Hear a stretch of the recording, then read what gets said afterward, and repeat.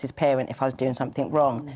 It was a very close community, very close community. Now I've had my children, and when I experienced moving from one area to another, it then became a problem, whereas my children couldn't have the childhood that I had.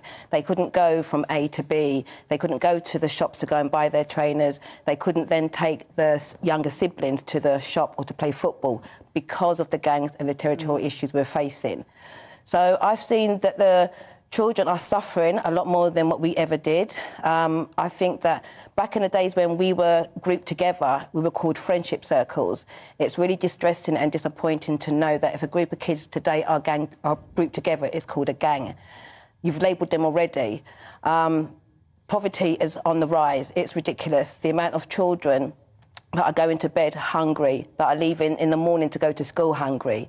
And the thing is, this is not being picked up by the special needs department in schools.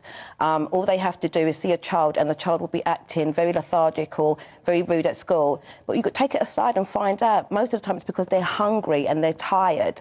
So a lot of these failings are happening with our children, and it's really unnecessary. And you've got children, right? So what, you've got three kids? I've got four. 4 kids, 3 boys, though? Yes. And 1 girl? Yes. Presumably. And so what ages are they? OK, so I've got a 28-year-old, I've got a 25-year-old, and my youngest boy is 14, and my daughter's 21. And do they all live at home, or they...? They live at home and around the area, so we're still very, very a close-knit family. And for them, then, because you said when you were growing up it was quite a free place, and I mean, when I was growing up, because I'm old, it was a fabulous place. You know, you'd go out. I mean, I used to go to the field where my parents, as I kind of grew up partly in Essex, and we'd go off to the fields, and there were huge fields, farmers' fields, and we'd be there and it'd just be us, and it was fine. But you can't do that now. Can't do that now. You can't do that now. Isolation is a big word, and it didn't just happen through COVID and the pandemic. Isolation is what we're doing to the youth and the children.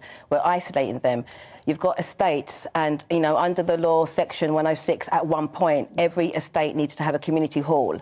But the community halls are being swept from underneath these residents' faces right before their very eyes, and it's being replaced by flats. I understand that we need to accommodate people, I do understand.